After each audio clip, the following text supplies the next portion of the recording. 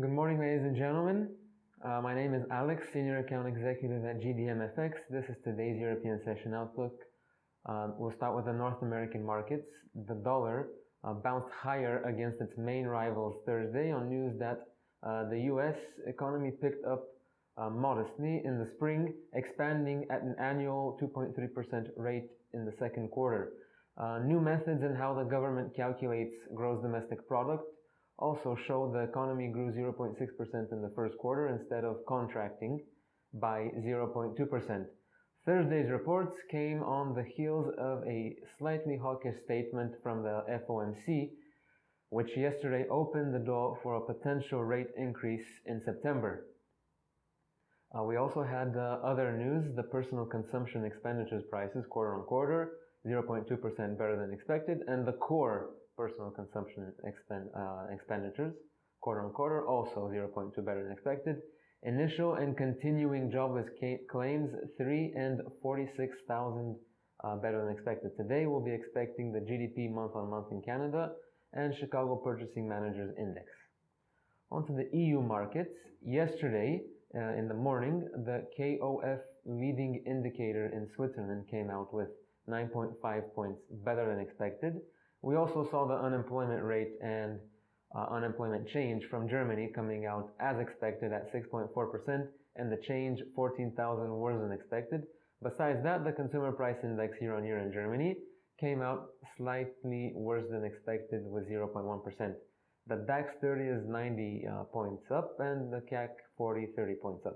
Investors will be looking forward to today's news, the EU CPI and unemployment rate.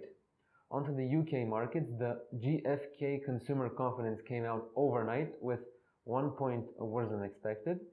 There was also an internal change in the UK. George Osborne has announced that Gert-Jan Villek, senior economist at a hedge fund, will be the new member of the Monetary Policy Committee. He's going to be replacing David Miles. The FTSE 100 moved up to a total of 49 points and closed at 66.18. 10-year gilt yields were at 1.966, lost 0.61%. Investors will be focusing on next week's data on Thursday, when we'll be having the Bank of England quarterly inflation report, interest rate decision, asset purchase facility, and the GDP estimate. Alright, onto the Asian markets. Investors shrugged off Japanese economic indicators, including price data earlier in the morning. Inflation in Japan remained unchanged at 0.1% in June.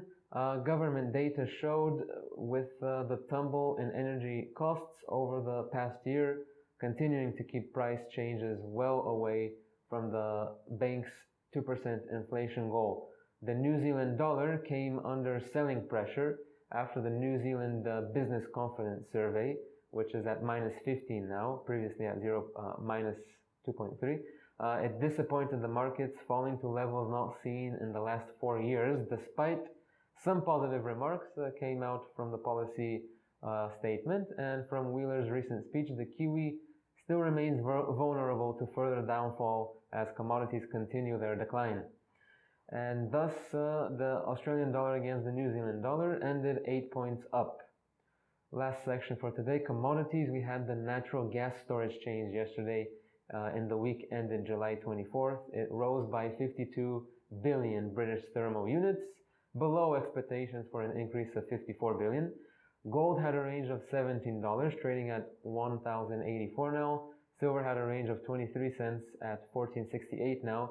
Crude oil had $1 range at 48.12 now, and natural gas is trading at $2.75 at the moment with a range of 11 cents.